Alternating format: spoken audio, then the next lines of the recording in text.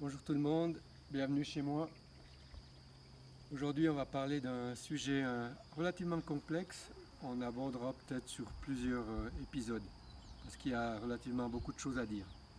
En fait, on va regarder par rapport à quel moment on entre la pale dans l'eau, quelles sont les différentes longueurs où on entre la pale dans l'eau, quelles sont les différentes possibilités et mesurer jusqu'à la poussée plus ou moins maximale qui s'arrête à la hauteur des orteils.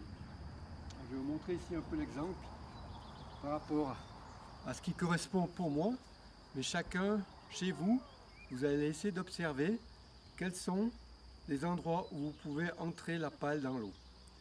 On verra aussi quels sont les avantages, quels sont les inconvénients, à quel moment on utilise telle entrée ou telle entrée. C'est relativement complexe, comme je vous ai dit au début.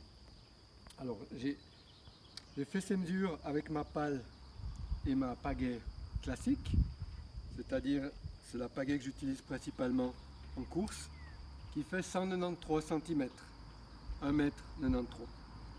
J'utilise une pale de 86 inches carrés de chez Quickblade.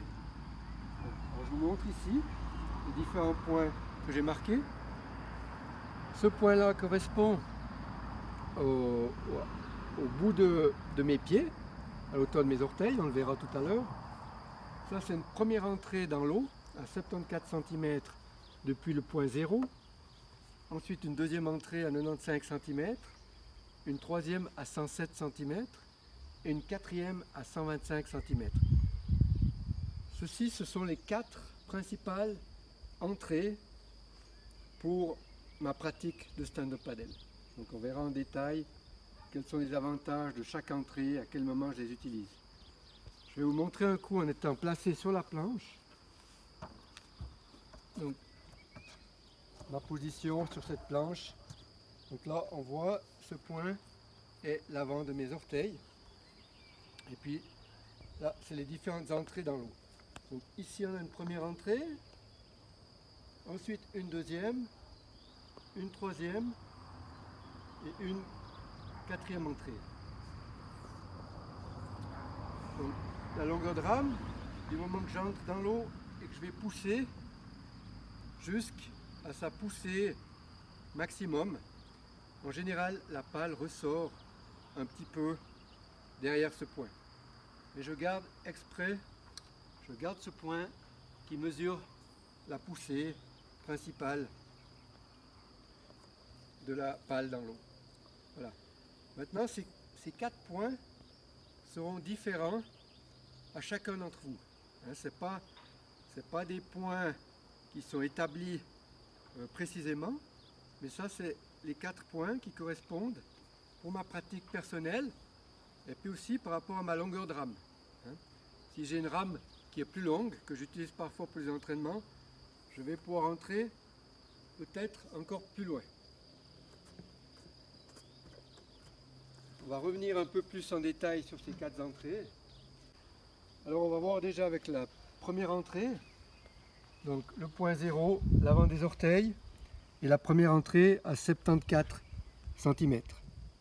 Donc cette entrée, elle est principalement utilisée lorsqu'on aura un rythme élevé, par exemple dans un départ de compétition, ou un sprint relativement court pour une arrivée. Ça sera une longueur de rame relativement courte, mais très intense. La deuxième entrée, qui est légèrement plus en avant, à peu près 20 cm, donc à 95 cm. Ça, c'est une entrée de rame qu'on utilise beaucoup, qui est utilisée dans la compétition pendant de longues périodes.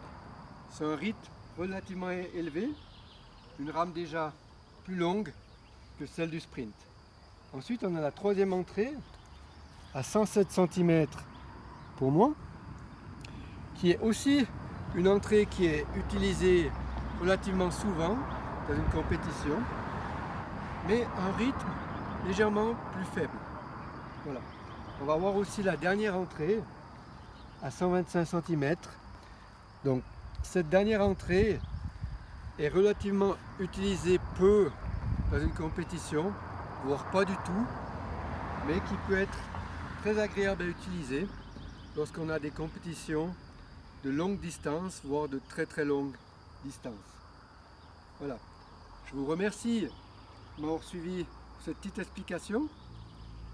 Essayez chez vous de déterminer vos 4 entrées et puis on reviendra sur le sujet pour voir les inconvénients, les avantages de ces différentes entrées.